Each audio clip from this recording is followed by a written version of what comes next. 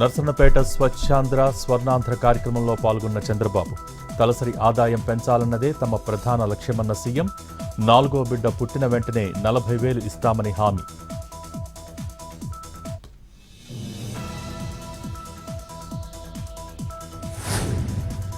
మొక్కజొన్న కొనుగోళ్లపై మంత్రి తుమ్మల సమీక్ష. కొనుగోళ్ల పురోగతి, ప్రస్తుత పరిస్థితిపై రివ్యూ. రైతులకు ఎలాంటి ఇబ్బందులు లేకుండా చూడాలని అధికారులకు ఆదేశం.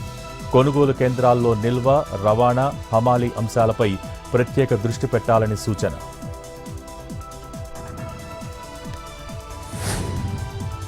ఢిల్లీలో ఎన్ఎస్యుఐ ఆందోళన. ఎన్టీఏ ఆఫీస్ వద్ద నిరసన. నీట్ పేపర్ లీక్ కావడంపై ఆగ్రహం. కేంద్ర విద్యామంత్రి రాజీనామా చేయాలని డిమాండ్.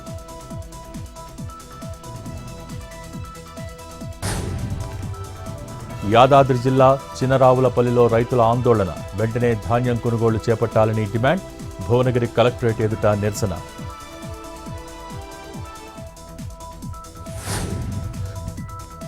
అనంతపురం జిల్లా గుత్తిలో పెట్రోల్ ధరల పెంపుపై ఆందోళన. ఆటోలకు తాళ్లను కట్టి వినూత్న నిరసన. వెంటనే పెట్రోల్ ధరలు తగ్గించాలని సిపిఐ డిమాండ్.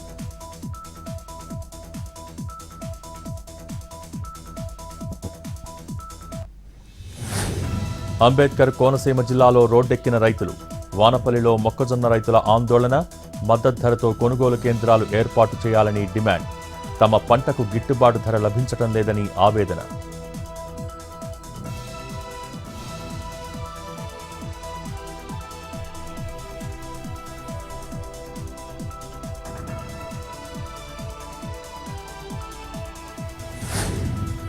ఏపీఎస్ఆర్టీసీ ఉద్యోగుల ఆందోళన. తమ సమస్యల్ని వెంటనే పరిష్కరించాలని కార్మికుల డిమాండ్. విద్యుత్ బస్సుల పేరుతో ఆర్టీసీని ప్రైవేటీకరణ చేయనుందని ఆరోపణలు.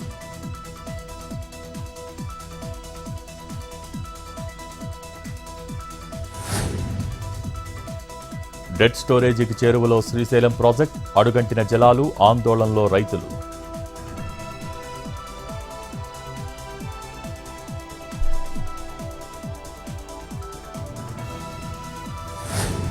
జగిత్యాల జిల్లా ధర్మపురిలో ఆధ్యాత్మిక శోభ. యమధర్మరాజు ఆలయంలో భరణి నక్షత్రం సందర్భంగా ప్రత్యేక పూజలు. పెద్ద ఎత్తున తరలివచ్చిన భక్తులు.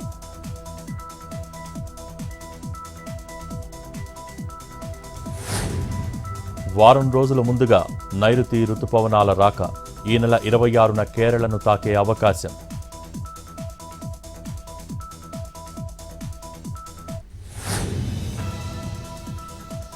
ఐపీఎల్ టికెట్ల పేరుతో సైబర్ నేరగాళ్ల మోసాలు.